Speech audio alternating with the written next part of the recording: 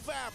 Geishi now once again is going to try their attempt to slow down these waves. It's a wet noodle fight. Nobody can really hurt each other. The main damage dealers on both sides are by far the most important players. And that damage dealer from GXP doesn't care. They just really want to even out the map. That's why Winnie's been working on the outer turrets that are left.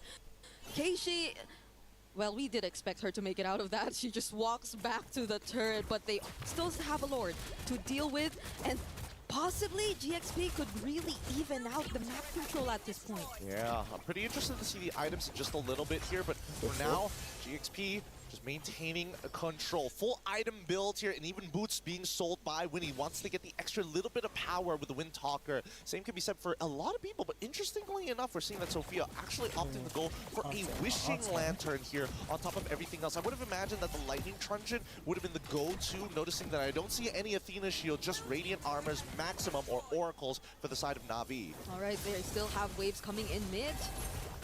But Navi too are prepared to take this on. All Purifies will be available, but the Tethered Airstrike is already enough to zone them all out. Fortunately, their wave clear seems reliable enough because they have the Lilia, they have the Bruno, so they're able to push GXP out and they don't get any base turret. I'm surprised that they didn't want to try and force something. Their composition with a Farsa is particularly good at sieging against their targets, right? They could have used the heavy spin to kind of push them away. Maybe, you know, have Ling stand in the corner and make it look like, oh, I could flicker and pull you guys back into the team.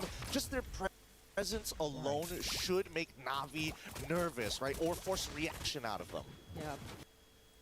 So far, at least, too, I think Navi, we don't really get to see them utilize the Golden Hour differently, in a sense that it's more onto certain targets rather than them just creating space, or as you mentioned, maybe just breaking formations. And maybe at this point in the game... Oh no, they missed out the opportunity. They forced it a little too hard, and now Ling will try her very best to just delay the fight. Oh, and they managed to find a trade on terrain!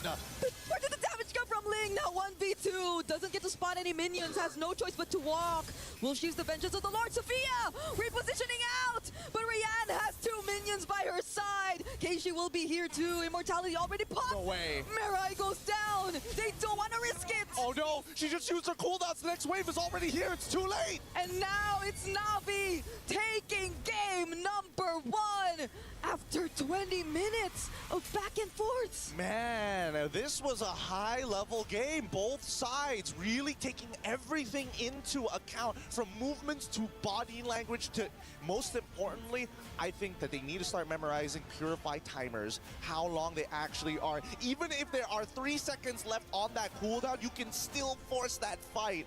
It's moments like these where the lines get thinner and the level of execution must be high. Navi, after a very unexpected run, now the momentum really seems to be on their side. It really looks good. And personally for me, I don't know if any one of these teams are going to need that extra motivation, that extra push. But this